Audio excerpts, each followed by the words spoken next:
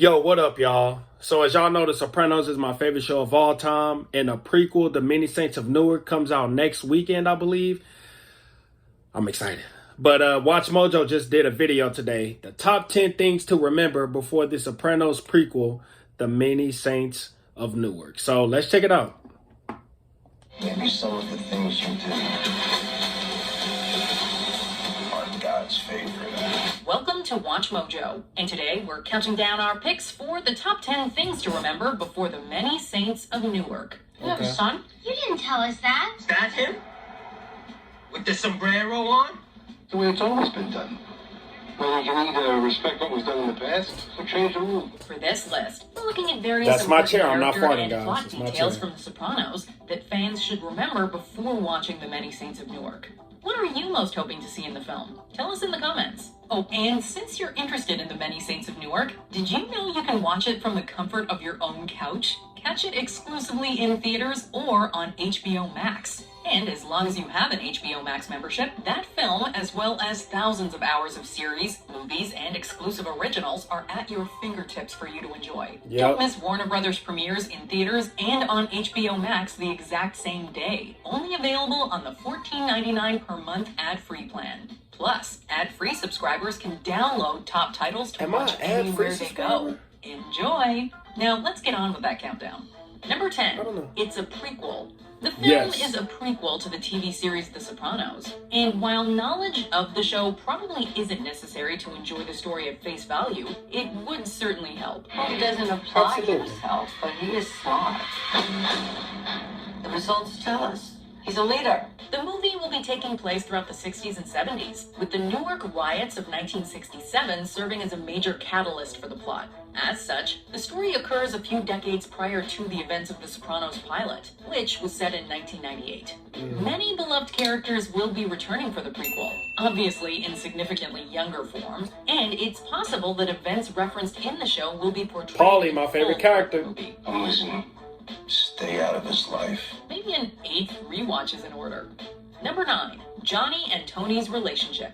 Viewers heard a lot about Tony's father throughout the show, but they didn't see much of him outside of a few key flashbacks. You'll be good, though. Pay attention to what those teachers tell you. You hear me, Anthony? The movie looks to change that. It must be remembered that Tony and Johnny Boy, played on the show by Joseph Saravo, shared a complex relationship. No, I want to go with you guys. He said no. Janice? Neither one of you should be going. You talk to your brother like that. While Tony idolizes his father, Dr. Melfi tries to help him see the truth.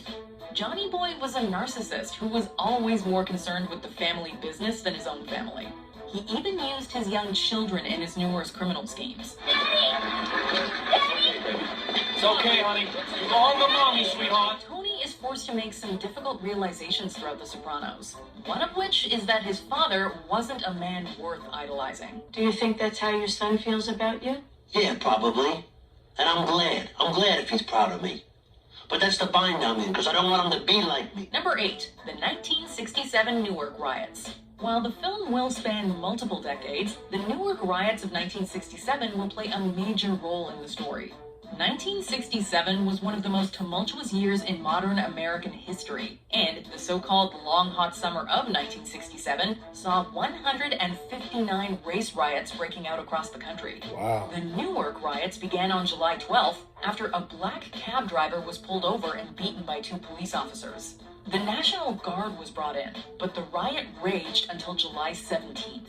26 people were killed, 727 were injured, and nearly 1,500 arrested. It also resulted in the modern equivalent of roughly $80 million in damages. Wow. Number 7, Junior and Johnny Boy. The Many Saints of Newark depicts the golden age of the DeMeo crime family. To our new boss. Salute. By the time The Sopranos begins, Johnny Boy is dead, and his brother Junior Soprano, played by Dominic Chianese, is an elderly shell of what he once was, easily overshadowed by his younger and more powerful nephew. The film will portray the reign of Johnny and Junior, played respectively by John Bernthal and Corey Stoll. Let me go talk to him. You want to listen to Dickie? It's unclear exactly what we'll see from the powerful brothers, but flashbacks throughout The Sopranos portray them as remorseless and violent individuals, like when they assaulted Mr. Centriel. What were you going to call me about? Oh, yeah, I remember that. I don't got it. Number 6, Janice moved away. Janice Soprano is easily one of the most memorable characters on the show. Yeah, she With is. a delightful mixture of hilarious and hateable. Your kid is out of control. She's been tripping and pushing all summer. Oh, shut up and get out of here. Don't tell me to shut up. Her first appearance only comes in the 2nd season, when she arrives to collect her ailing mother's will and house. You're just here to pick the friggin' bones. Prior to that, she was living out west, having fled the Soprano drama. She moved to Los Angeles in 1978, so it's very possible that we will see her growing restless and fleeing Jersey. You're the one who stayed. You took the bond. Barbara and I were never going to forget that. Well, you forgot it okay for about 20 years. What we probably won't see, although we certainly want to, is how she was banned from entering Canada. Granted, it's entirely possible that Janice isn't banned from Canada and is simply using it as an excuse to ignore Harpo. Wonder where Harpo's eating his Sunday dinner. Number 5, Feach LaManna's card game. Oh yeah, Feach LaManna.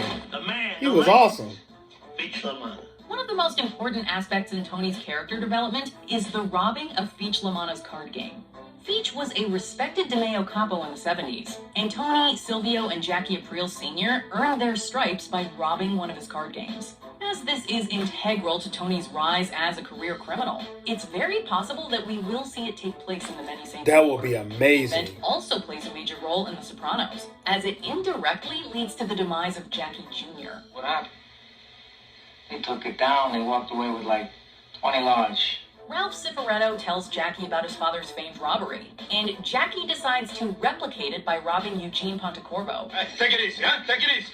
You guys know who you're robbing? Unfortunately, things don't go quite as smoothly, and Jackie is whacked by Vito. Number 4, Dickie is Carmela's cousin. Fans heard a lot about Dickie Moltisanti throughout The Sopranos, but he was never seen. I know a crutch when they see it. So my dad? You obviously must have knew he had a crutch. Fortunately, the entire plot of The Many Saints of Newark will revolve around Dickie and his relationship with Tony. As revealed early on in the series, Christopher Moltisanti is not Tony's nephew, despite what Tony continuously claims. That's the guy, Adriana. My Uncle Tony.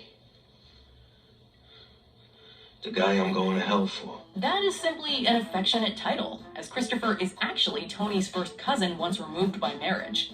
Dickie Moltisanti, played in the film by Alessandro Nivola, is Carmela Soprano's cousin, making Carmela and Christopher first cousins once removed. Cousin Carmela, this is a beautiful home. And as Tony and Carm met in high school, it's very possible that we will see the beginnings of their courtship and the relationship that all three shared with each other. Awesome. Number 3, the makings of a varsity athlete. Everyone knows that Tony Soprano never had the makings of a varsity athlete. Your father never had the makings of a varsity athlete.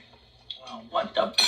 And while this is mainly used as a running joke, it's entirely possible that the Many Saints of Newark will make reference to it, and maybe even turn it into tragic character development. Small hands, that was your problem. A few moments in the Many Saints trailer show calling Tony in a me? red and white high school football jacket, and the show often makes reference to Tony's football career. In fact, he has a recurring dream about his old coach, indicating that he resents dropping out of school and not taking football seriously. Tony, played by Michael Gandolfini, the son of the original Tony actor, James Gandolfini, even says in the trailer that he, quote, wants to go to college, perhaps through a football scholarship. It's undermined.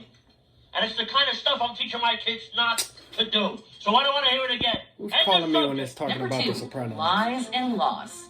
The 5th season episode in Camelot is paramount in understanding the relationship between Tony and his father, as it's when Tony's idolization of Johnny begins to crumble. Listen, as long as we're here, I was going to go visit my father. If you'd like to join me. This perception is told through the lens of Johnny's mistress, Fran Felstein, whom Tony meets while visiting his father's grave. Do we know each other?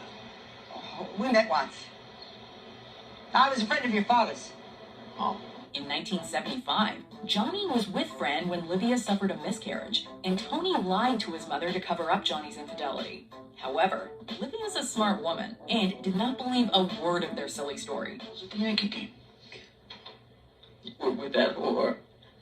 Will you take me for an idiot? As this important event takes place in 75, it's entirely possible we'll see it occur in the Many Saints of Newark.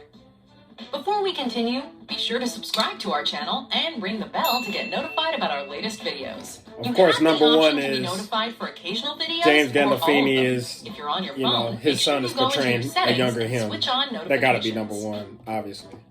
Number 1, Dickie's mysterious death. The most important thing to remember going into the Many Saints of Newark are the circumstances surrounding Dickie's death. Larry Hayden, Yeah.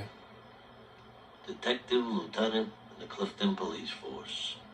Retired today. In the 4th season premiere, Tony gives Chris the address of the retired policeman who supposedly killed Dickie, and Chris kills him in retaliation. Remember Dickie Moltisanti? No. No? Is that what you said? However, the show remains ambiguous regarding the truth, and it's entirely possible that Tony simply manipulated Christopher to conduct business. You're being Yeah. set up. He's lying to you, whoever he is. Finally, after 20 years of frustrating ambiguity, the mystery may finally be answered, and the truth revealed. Do you agree with our picks? Check out this other recent clip from Watch Mojo, and be sure to subscribe and ring Yeah, the bell. I guess I to be agree with the notified list. It was about a our very good latest list, videos. actually. Well, this was a pretty awesome video. Honestly, I can't wait for the Many Saints of Newark. You know what? My girlfriend is taking me on a date on Friday. She just asked me to go on a date, and I think she's taking me to the movies to see this. She was probably the one who was calling me during this. Now I'm finna call her and be like, I know what we're doing for our date. So obvious. She's going to take me to see the movie. But anyways, y'all let me know what y'all think about this video down in the comment section. Like the video, show me some love, and subscribe to the channel. Until next time, peace out.